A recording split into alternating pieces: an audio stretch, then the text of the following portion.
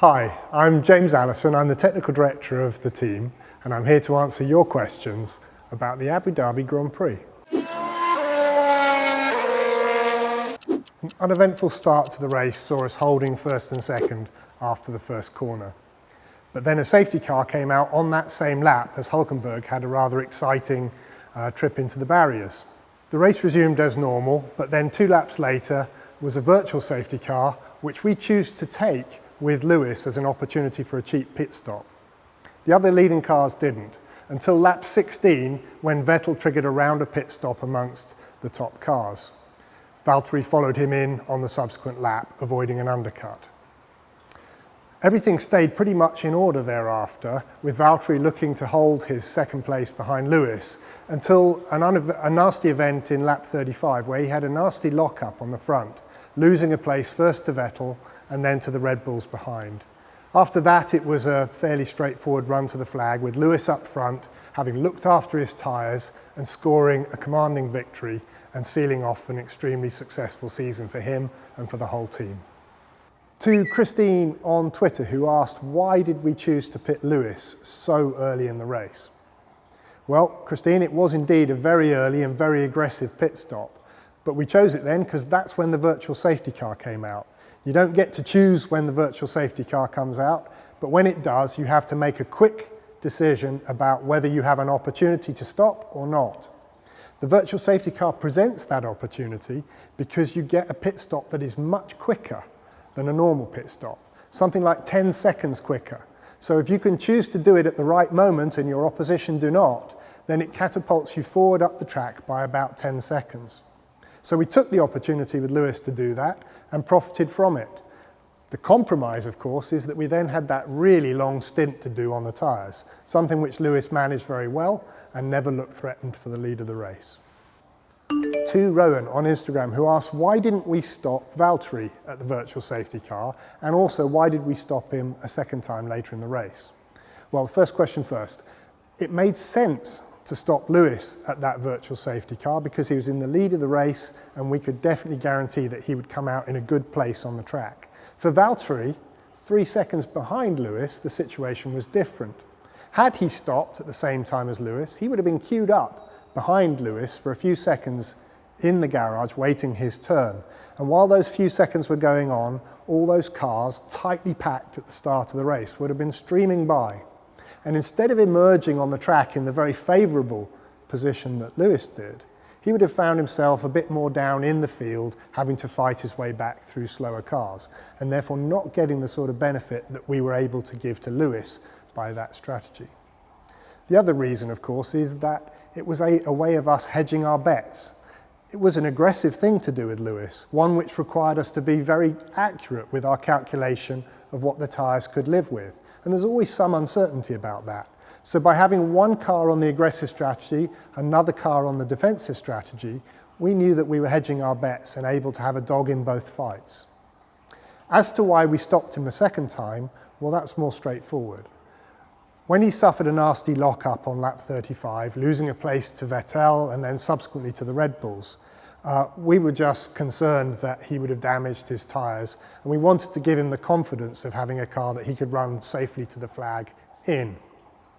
There was no danger from behind, there was an easy free pit stop, and so we chose to take it, giving him a fresh set of boots for the remainder of the race, something which he was able to bring to the flag without any problems. To Ali on Instagram, who asked whether or not Valtteri had any problems with the brakes during the race.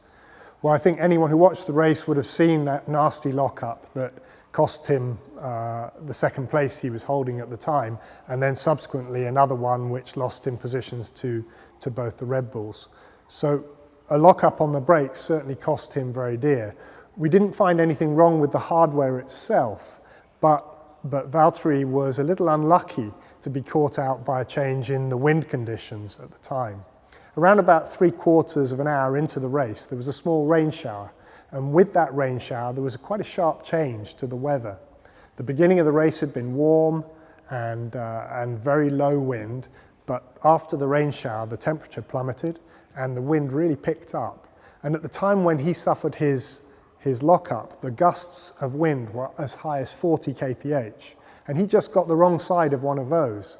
The cars are extremely aerodynamic devices and they can be very easily disturbed by the wind.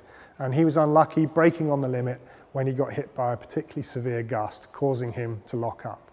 Once you've locked up once, it's very, very much easier to lock up a second time because the tyre wants to keep locking up at the same spot.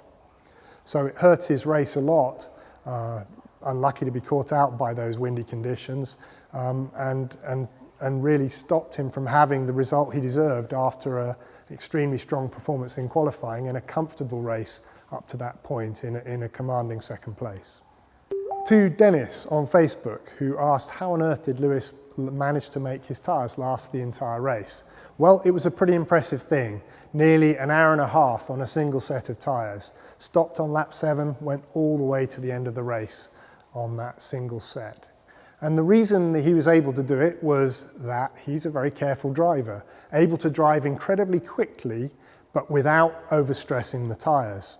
When you make the tyres slide on the road by being too heavy-footed or by braking too hard or cornering too hard, it damages them. Every time you damage them, they slow down. You never get that lap time back. And so Lewis was driving really, really carefully. He knew that he had a long, long stint ahead of him.